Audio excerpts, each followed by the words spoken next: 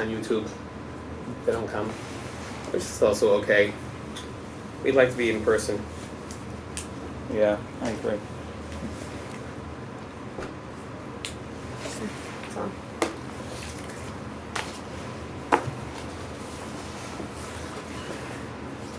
Can you shut the door, please? And if you see anybody looking around, send them in. Okay, let me just turn this baby on. There we go. So obviously, it's a week before Passover. I thought maybe we would have a nice discussion about Passover and specifically one idea, because in the whole narrative and in the whole Seder process, it stands out. It's a lone concept within the Passover Seder that sticks out and sort of doesn't make sense. So we all know that one of the highlights of the Passover Seder is when people are passing around the maror, the bitter herbs, the horseradish root, and people are sort of, they're comparing how long they can actually chew it. Faces get red, eyes start to tear. It's funny. When I was a synagogue rabbi in New Orleans, Louisiana, there was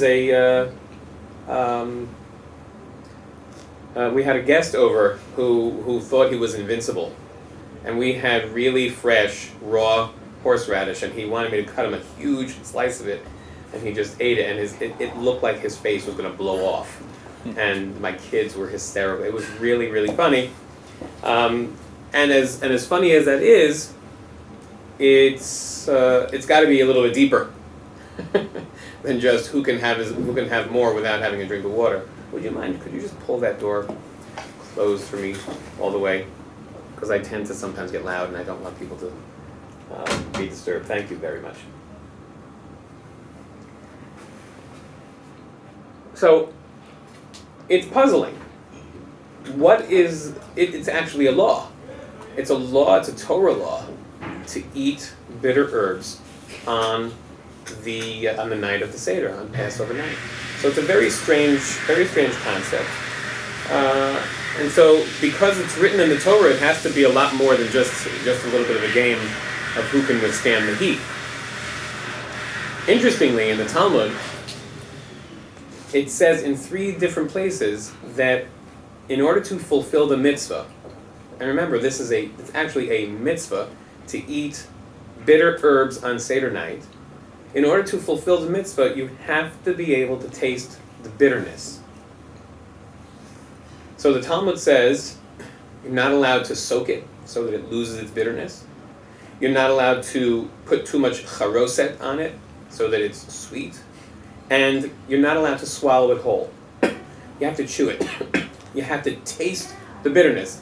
The reason why it says that, in contrast, there's a mitzvah also on Seder night to eat matzah.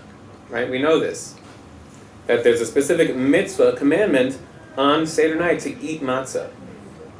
But the Talmud asks, what happens if you don't chew it and somebody forces it down your throat and you just swallow it?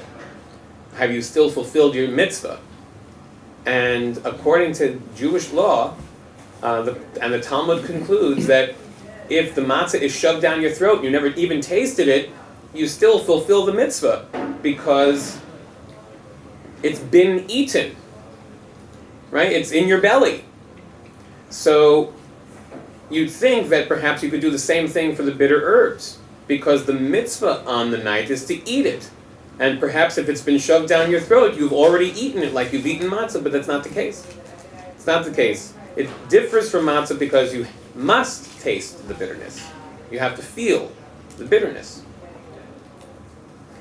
So why does our Torah require that? Why does God want us to taste bitterness on Seder night? Why do you think?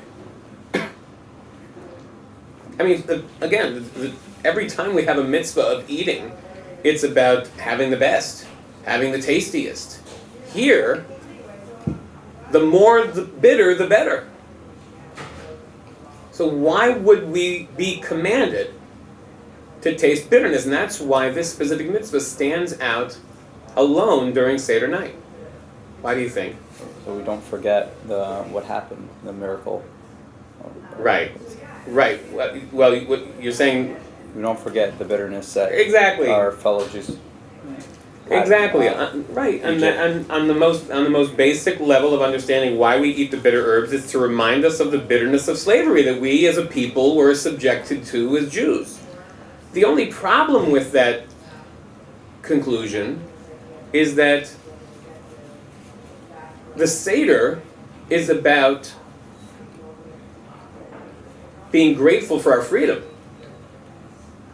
The focus of the Seder is not the slavery at all, actually. The focus of the Seder is we were freed from slavery. Now, obviously, slavery has to get a mention, right? It has to be mentioned when we're talking about becoming free, our moment of salvation. But the holiday of Pesach in our liturgy and our prayers is called Zman Cherutenu, the time of freedom. We really don't even recall the slavery except for the purpose of remembering that we're free. So I understand that on the most basic level, and that's probably what we were all told in Hebrew school, that we eat the bitter herbs in order to remind us of the bitterness of the slavery. The truth of the matter is, that's not what the Seder is for. The Seder is not to remind us of the bitterness of slavery. It is to remind us of the gratitude we should have for being set free. So it has to be a little bit deeper, and so we're gonna try and talk about that a little bit today. So to further contrast the maror, the bitter herbs that we're supposed to eat during the Seder, there's a Talmudic principle regarding the Seder that says that the Seder was created in a process of speaking derogatorily about us as a people in our past, and then ending with praise. We're on purpose supposed to speak about ourselves derogatorily, and then through the process we're supposed to end off with praise. So I don't know if you remember what the Haggadah teaches, but it says in the beginning we were all idol worshippers. In the beginning in Egypt we were all idol worshippers, which in Jewish consciousness is really a terrible thing. It causes immorality. It's the antithesis of the foundations of what we believe in about who God is. So we start speaking about ourselves in a derogatory way, and in the end we speak about praise. We praise God for our salvation. So the commentaries say that the only reason why we have the right to speak about ourselves derogatorily, there are laws about that. It's called Lashon Hara. A person is not allowed to speak derogatorily about anyone, including himself. And that includes reminding someone else or oneself of one's past transgressions, one's past misdeeds. So how are we allowed in the Passover Seder, especially if you look at the Passover Seder, it was literally designed to engage our children. Should we really be opening up the skeletons in our closet, speaking about ourselves as a people in a derogatory way? What right do we have? The whole purpose is to involve our children to become proud Jews, proud of their heritage and the beginnings of their identity. Should we really be speaking so badly about ourselves? That we were really sinners in the beginning? Is it fair? Is it even right? So our commentaries say that the only reason why we have a right to speak in detail about the depths to which we sunk in the beginning of the formation of our people is only for one reason, and that's to only fully appreciate the concept of freedom. Our rabbis are under the impression that it is impossible to really understand deeply what it means to be a free person until you recognize and contrast to what you once were. So only because of the contrast and the ability to be thankful for our freedom do we have the right to speak about ourselves badly, about the sins of our past.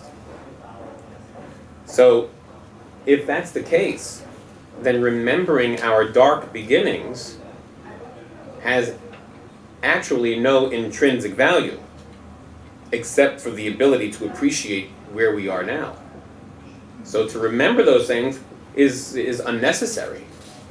So we have to consider, is this concept of the bitterness, is it connected to this idea? Are we doing it to understand perspective? Perhaps the reason why we have to taste the bitterness is to be able to understand perspective. Or maybe there is no intrinsic value. Maybe the concept of the bitterness really is meaningless. So if we're only using it as a point of contrast, then the bitterness itself has no meaning. So I have a little page here, if you could just pass that around.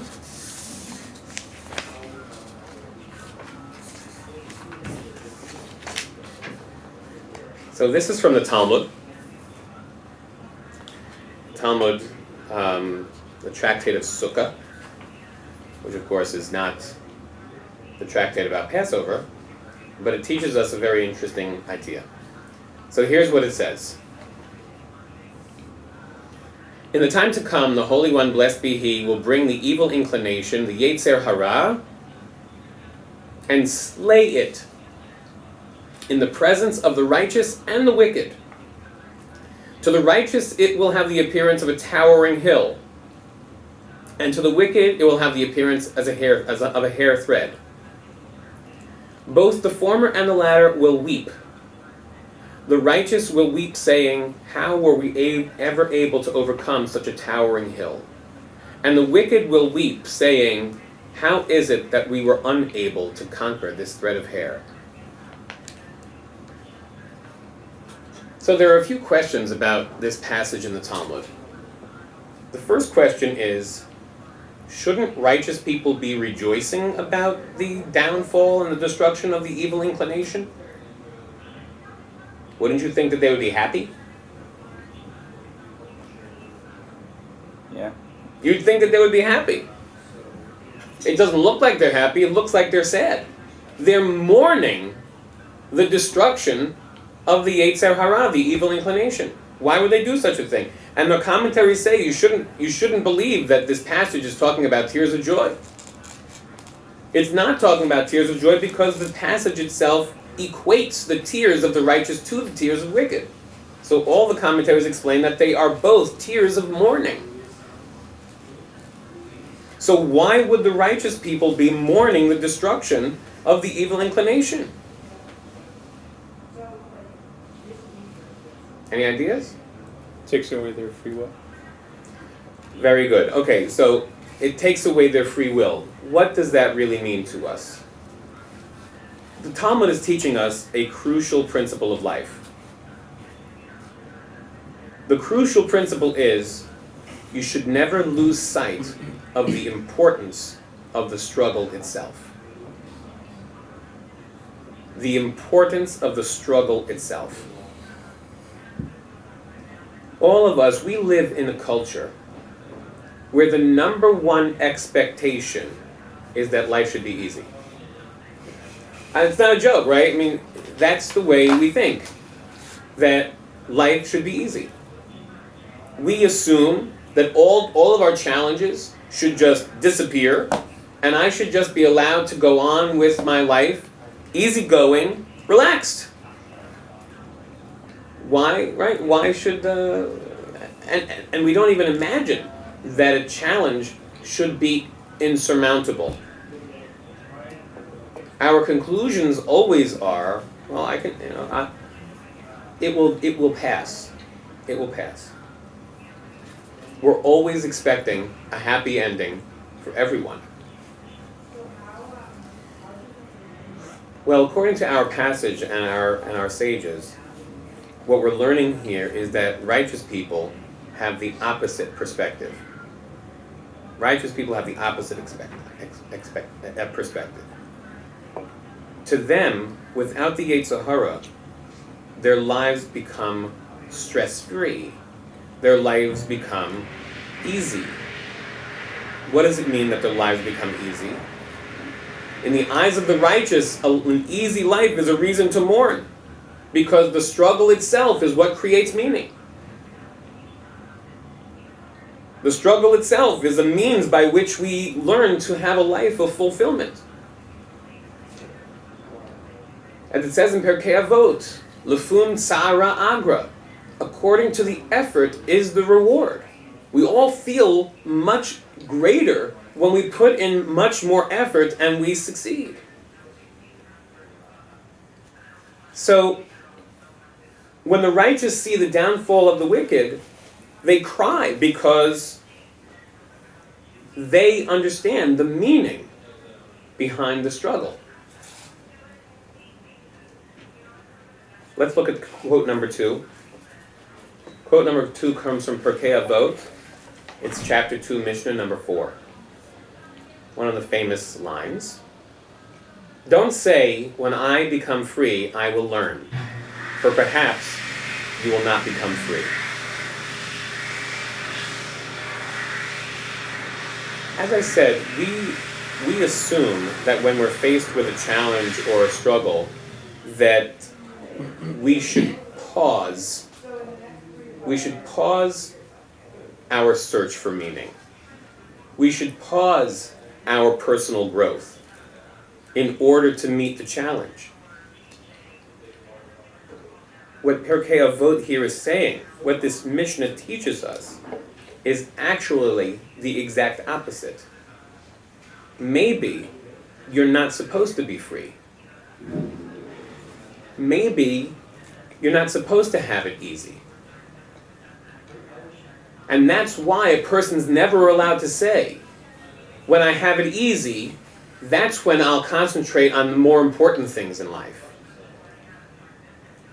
Many people come to this conclusion, that they believe that when they're faced with a struggle, or any sort of bitterness or pain, that the more important things in life should be put on hold in order to meet the challenge. But Judaism teaches the exact opposite. It's actually much more of a crucial test in your life if you can have the resolve to be connected and committed to those most important things even while in the challenge. That's actually what the challenge is for.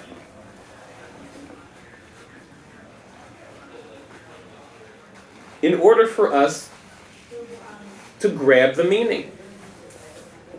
Now, when we speak about, when we're talking in Passover, at the Passover Seder, there are two challenges, two desperate challenges that we faced in the very beginning of the story. We were idol worshippers, and we were slaves. One was an internal pain, an internal challenge, and the other was an external challenge. And the reason why the Passover Haggadah chooses these two ideas is to really tell us that this is the experience that we have in our daily lives. That there is not one person walking around today who doesn't feel a sense of pain internally for something he believes he cannot control, or something that is externally forced upon him that is also out of his control, but he cannot overcome it, and feels bitter because of it. Feels bitter because of it. So what is the point? What is the point of that bitterness? Bitterness turns people off. Bitterness turns people away. So what's the point of the bitterness? There's a famous book by Dr. Viktor Frankl called Man's Search for Meaning. You ever read it? It's good. You should read it.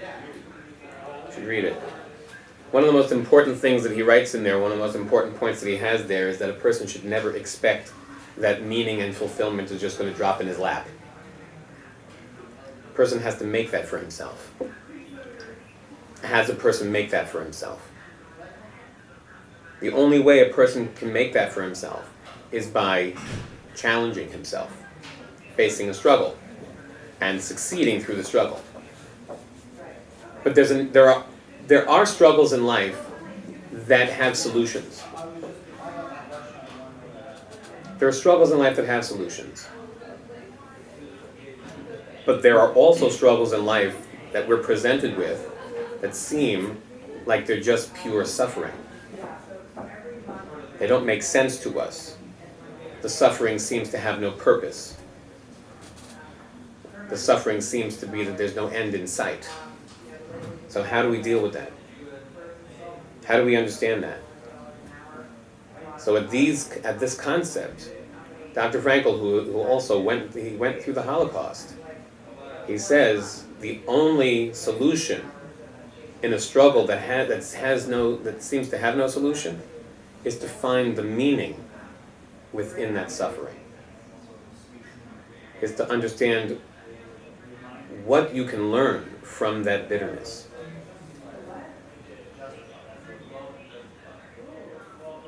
As the one population called humanity, every person, regardless of their station, has experienced a moment where they might have had something that they faced, a challenge where they saw no end in sight, where they believed it was insurmountable. I know people who are it seems that in their eyes that forever have been looking for a spouse, forever have been looking for a job, forever have been wanting to have children, or have experienced a terrible loss in their lives. There's not one person in this world who's immune to those types of what seem to be insurmountable moments of bitterness. The trick to being a happy person is to not hope that you'd be able to avoid every one of those situations. Did you hear what I just said? Our culture believes that all of those types of situations are avoidable, because we all believe that everyone is going to have a happy ending. It's not true. It's not real. So Judaism teaches that the key to happiness is to not believe that you will be able to avoid every situation of pain or challenge. It's impossible. It's not reality. So Judaism teaches that a person has to embrace that challenge, even in the middle of suffering, and somehow find the strength to see the meaning within that struggle. Now this itself is the meaning of the bitterness that we are supposed to feel, that we're supposed to taste in the middle of the Seder. Purely bitter, no sweetness. Sometimes we have to taste that bitterness to really understand what it's all about. There's no avoiding it. That's what the Passover Seder and the Marar is meant to teach us. They're in life.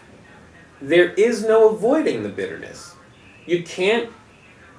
There will be times where you can't make it sweet. There will be times when you can't just swallow it and feel no pain. That's why there are those laws regarding the bitter herbs in the Passover Seder, because a mature person has to understand that sometimes those situations without a solution are unavoidable. But we nonetheless have to find the strength, the inner strength, to understand how to move on, find the meaning, and inspire ourselves and others through the challenges that we've faced. In general, this is the message of Passover.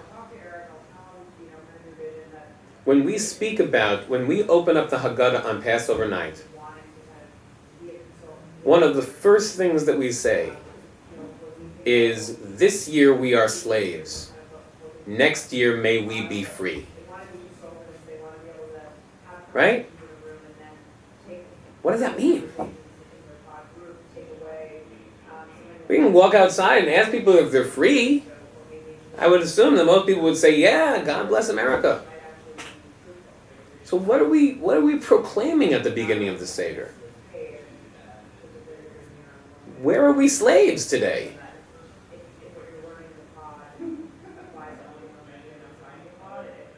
Are we lying? Are we doing it for dramatic effect? Now we are slaves. Next year may we be free. Doesn't make any sense. So Judaism teaches that we have two components that exist within us. There's something called the nefesh habehemit, the animal soul, and our neshama, our more divine, the elevated soul.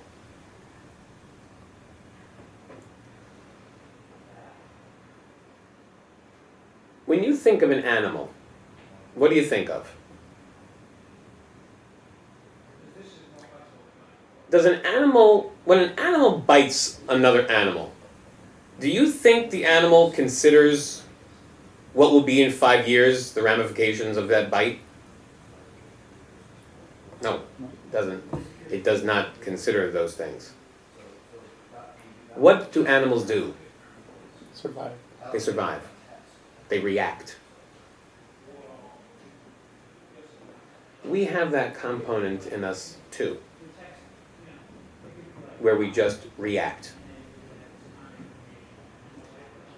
The Kabbalists teach that our neshama, our divine soul, is attached somehow to our brain. It enables us to process things, to think, to extrapolate, to expound, to have perspective, and to understand our responsibilities and the ramifications of our actions. It's what elevates us above the animal side of who we are. And oftentimes, and everybody has their own thing, there's a moment when whatever it is that our button is pushed, that we revert to that animal side. We act with impetuosity. We react to the only simply external stimuli, and we do not consider the ramifications of our actions. We just do it because we believe that we are under attack. Even if we're not, we believe we're under attack. We lash out immediately without thinking, without concern. We become an animal. Some people do that. They have a short temper. Some people are lazy. Some people are stingy. Some people, whatever it is, people are, and this is what Judaism teaches, what we are slaves to. Because when you think about an animal's desire is only to survive and react to the external stimuli. What do you think about when you think of a slave? What do you think their main thoughts are every day when they wake up? Survive. It's like an animal. They just want to survive. And if they can lash out at whatever they lash out at, that's what they do. The concept of a slave in this perspective is really also the concept of that animal instinct that drives us oftentimes. So when we proclaim at the Passover Seder, this year we are slaves, what we're proclaiming is, there are aspects of my life that when the wrong button is pushed, I'm no longer in control of my life. Just like being a slave. A slave is not in control of his life.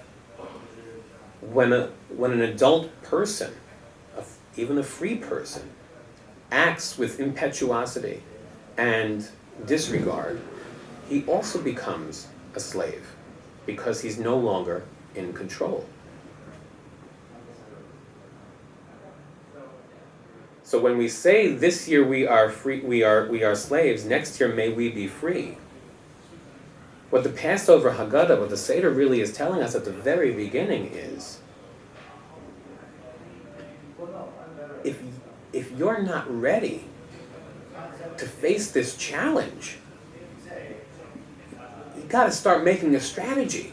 How will you be free? The only way is the pain, the blood, sweat, and tears that will go into you taking that character flaw and turning it into something meaningful. There's a very wonderful book. It's called Chovat HaTalmidim, and it was written by one of the Hasidic Rabbis in one of the ghettos in Europe. It's a wonderful book, and in the beginning of the book is the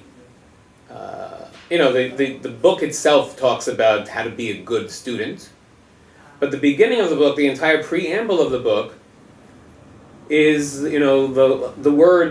letter to the teacher, and in it he advises the teacher to never dismiss an angry student. Why? Anger is one of the worst traits a person can have, according to Maimonides. Maimonides says, with everything in life, you should choose the middle road, except for anger. That's something you should distance yourself from. Never have a connection to anger. This is bad, Maimonides says. Should never, not even a smidgen, should enter your life. Obviously, it's an ideal, and I'm sure we all get angry. But nonetheless, he says, anger is the worst trait.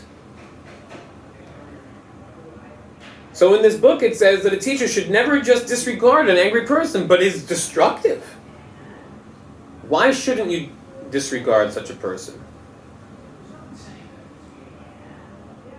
Leave him with a bitter taste in his mouth. That's true, but it's even more. That anger is really passion. There's something that's burning, something that has to get out. There's a passion there that you shouldn't extinguish. You just have to learn how to channel it in the correct way. That's the kind of person who can become a real leader. Someone who's on fire, who has so much passion that what they believe in it just gets them going. Those are the attributes of a real leader. Now it's misguided, and now it's just anger and destruction. But it is the very power of what it means to build and to create new inspiration. That's the work of every adult coming to Passover.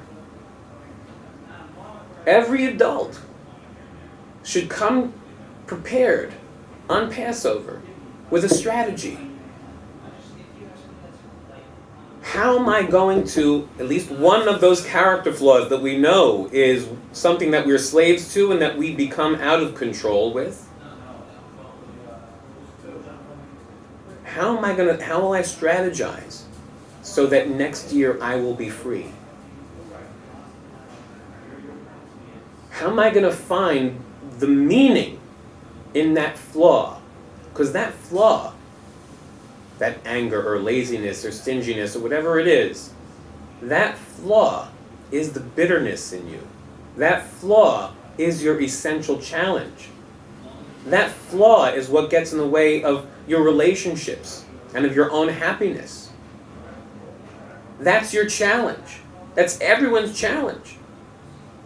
Every individual person's challenge.